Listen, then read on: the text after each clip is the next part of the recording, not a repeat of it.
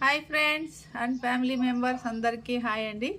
చూడండి, ఇవి అలసందలు ఒక 2 hours నానబెట్టినాను. అలసందలతో రసం చేసుకున్నామని నానబెట్టినాను. ఇదిగో ఉప్పు వేసి 2 విజిల్ అయితే సరిపోతుంది మీడియం ఫ్లేమ్లో. మనం మళ్ళీ ఆ వాటర్తో రసం పెట్టుకోవచ్చు. ఈ అలసందలు తాలింపు పెట్టుకొని తినచ్చు, చాలా మంచిది కదా. రండి చూసేద్దాం ప్రాసెస్.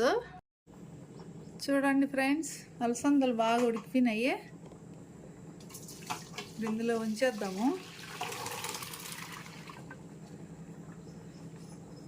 ఇప్పుడు చల్లారనిద్దాము. ఇప్పుడు మనం పెట్టిన అలసందలు చల్లారినాయి. ఇందులో కొద్దిగా వేసుకున్నాము, ఒక 2 గంటలు, ఎందుకంటే రసం బాగా చిక్కగా ఉంటుంది.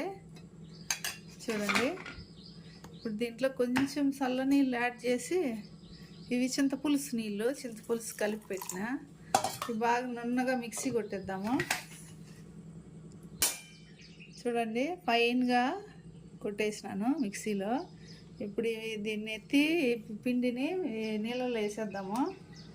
మనం ఉడకబెట్టి పెట్టినాం కదా, ఆ వాటర్లో వేసేద్దాము.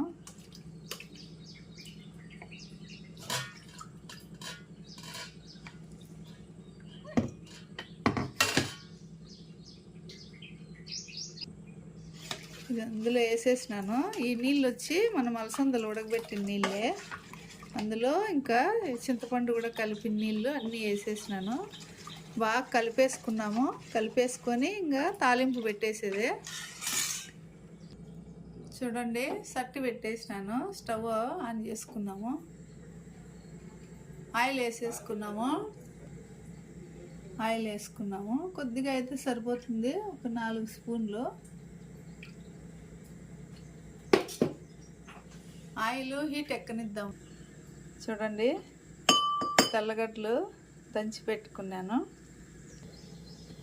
ఆయిల్ హీట్ ఎక్కించి చూడండి, ఆవాలు వేసేద్దాము.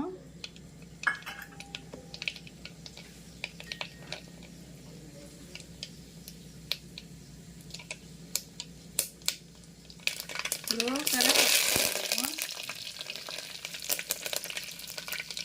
ఇప్పుడు మనం దంచి పెట్టుకున్న తెల్లగడ్డలు గార్లిక్ వేసేద్దాము. ఇవి కొంచెం గోల్డెన్ కలర్ రానిద్దాము. చూడండి, గార్లిక్ గోల్డెన్ కలర్ వచ్చేసింది. ఇప్పుడు ఎండుమిర్చి వేసుకున్నాము. ఇవి కూడా బాగా మిక్స్ చేసేసి ఇట్లా కలిపేసి బాగా ఫ్రై అవనిద్దాము. ముందే ఎండుమిర్చి వేస్తే తెల్లగడ్డలు మాడిపోతాయి, అందుకనే నేను తెల్లగడ్డ కొంచెం వేగినాక ఫ్రై అయినాక వేస్తాను. చూడండి, ఎండుమిర్చి కూడా బాగా ఫ్రై అయింది. ఇప్పుడు మసాలాలు చూసేద్దాము. ఇది ధనియాల పొడి 1 స్పూను, జీలకర్ర పొడి 1½ స్పూను, 1 స్పూన్ మిరియాల పొడి, 1 స్పూన్ కారం పొడి, 1/2 స్పూన్ మెంతి పొడి ఇందులో వేసేద్దాము. ఇది ఫ్రై అవనక్కర్లేదు, ఊరికి అంతా బాగా కలిపేసి ఈ వాటర్ అంతా మనం రెడీ చేసుకున్నాం కదా, చింతపండు నీళ్ళు, అలసందలు మిక్సీ కొట్టి అలసందలు ఉడకబెట్టిన నీళ్ళన్నీ అందులో వేసేద్దాము.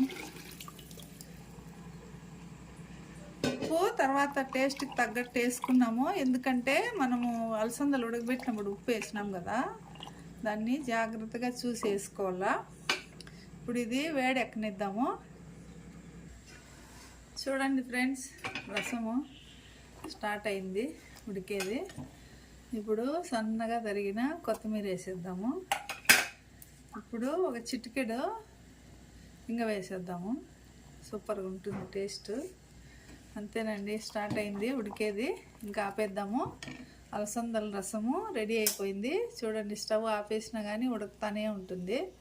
వీడియో నచ్చినట్లయితే సబ్స్క్రైబ్ చేయండి, షేర్ చేయండి, లైక్ చేయండి. Bye bye.